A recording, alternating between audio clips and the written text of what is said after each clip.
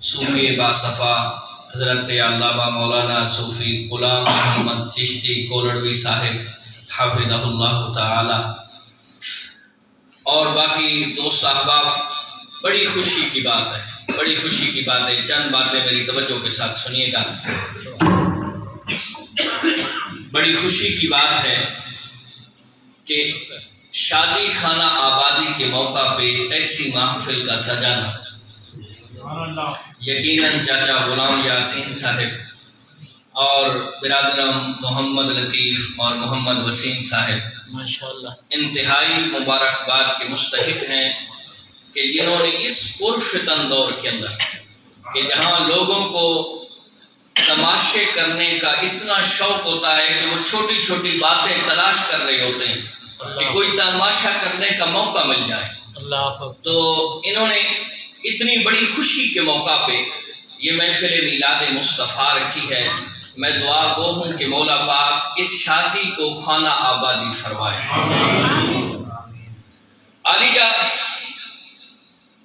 آپ کے ذوق کے مطابق بہت ہی خوبصورت انداز کے ساتھ برادر محترم اور ملک پاکستان کی معروف و مشہور شخصیت حضرت قبلہ غلام مصطفیٰ حسان مظہری صاحب حفظہ اللہ تعالی بہت ہی لاجواب انداز کے ساتھ وہ اپنی حاضری پیش کر رہے تھے۔ انہوں نے آپ کے ذوق کو پورا کیا ہے۔ بندہ فقیر چند اصولی، صادق اور ضرورت کے مطابق باتیں آپ کے گوش گزار کرنے کی کوشش کرے گا۔ بس یہی گزارش ہے کہ توجہ میری طرف ہونی چاہیے۔ چند باتیں انشاءاللہ جو ہماری ضرورت ہے نا اس کو پورا کرنے کے لیے بندہ فقیر سادی گفتگو آپ مجھے اکثر طور پہ سنتے بھی رہتے ہیں۔ یہ علماء کرام کی محبتیں ہیں کہ بندہ فقیر کو اس جگہ پہ بیٹھاتے ہیں، ورنہ من کے من دانا میں جانتا ہوں کہ میں کیا ہوں۔ مولا ان کے علم و عمل اور عمر کے اندر برکت عطا فرمائے۔ علی جا، اللہ رب العزت نے جب حضرت آدم علیہ السلام کو پیدا کیا، توجہ میری طرف، انشاءاللہ آپ کو مزہ آئے گا۔ علی جا، جب حضرت آدم علیہ السلام کو پیدا فرمایا تو اللہ رب العزت نے انہیں جب جنت کے اندر ان کی تخلیق کر دی، اب جنت کے اندر حضرت آدم علیہ السلام ہے۔ تھوڑی سی توجہ رہے کہ جی اگر 4 یا 5 کمرے بن جائیں نا گھر کے اور بندہ رہنے والا ہو ایک، تو بندہ پوچھے جناب مبارک ہو کہ تمہارے گھر کے 4-5 کمرے ہیں، تو وہ کہے گا حضرت کون سی مبارک، ایک میں ہوں اور اتنا بڑا گھر ہے، اب تو وہ گھر بھی مجھے ستاتا ہے۔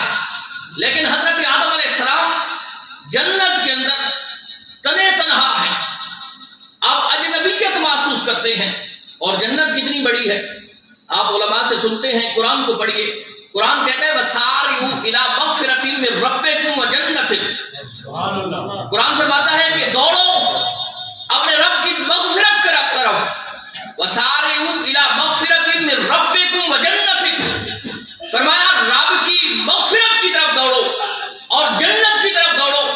أَرْضُهَا السَّمَاوَاتِ وَالْأَرْضُ، اور اس جنت کی وسعت کتنی ہے، فرمایا زمین و آسمان کے اندازوں سے بڑھ کے اس جنت کی وسعت ہے۔ نعرہ تکبیر، نعرہ رسالت، عظمت شان مصطفیٰ، علماء حق اہل سنت والجماعت۔ اچھا جنت کتنی بڑی ہے، اس کی ایک اور روایت نبی کریم علیہ السلام، یہ قرآن ہے، نبی کریم علیہ السلام نے فرمایا کہ جنت کے 8 دروازے، اور دروازہ ایک دروازہ وہ کتنا بڑا ہے، نبی کریم علیہ السلام نے فرمایا تیز رفتار سواری ہو، توجہ میری طرف، تیز رفتار سواری ہو اور 70 برس تک وہ سواری سفر کرتی رہے۔ آج اس دور کے اندر سب سے زیادہ تیز جہاز ہی ہے نا، اب توجہ رہے کہ تیز رفتار سواری ہو اور 70 برس تک وہ سفر کرتی رہے۔ فرمایا جو جنت کا دروازہ ہے اس کے ایک کنارے سے دوسرے کنارے تک تیز رفتار سواری 70 پہنچے گے۔ یہ صرف ایک دروازے کے ایک کنارے سے دوسرے کنارے کا یہ سفر ہے۔ اب آپ یہ ذہن کے اندر رکھیں کہ وہ اس کی جنت کتنی بڑی ہوگی۔ یہ آپ نے مسجد دیکھی ہے نا، دروازے ہم نے اس کے حساب سے لگائے ہیں، تب بھی یہ دروازہ 6 فٹ کا ہے۔ تو آپ دیکھیں کہ جس جنت کا دروازہ اتنا ہے کہ 70 برس لگتے ہیں تیز رفتار سواری کو ایک کنارے سے دوسرے کنارے جانے تک، وہ جنت کتنی بڑی ہے۔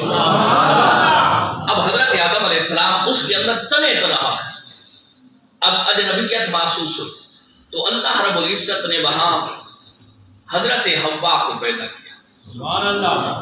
اب اللہ رب العزت تو رشتوں سے پاک ہے، اپنے حبیب سے فرمایا حبیب ان سے اعلان کر دو، قل هو اللہ احد اللہ الصمد لم یلد ولم یولد ولم یکن له کفوا احد۔ نہ وہ کسی کا باپ ہے، نہ اس کی کوئی اولاد ہے، نہ اس کی کوئی برابری کر سکتا ہے، نہ کوئی اس کی ہمسری کر سکتا ہے، نہ کوئی اس کا شریک ہو سکتا ہے، نہ اس جیسا کوئی بے نیاز ہو سکتا ہے۔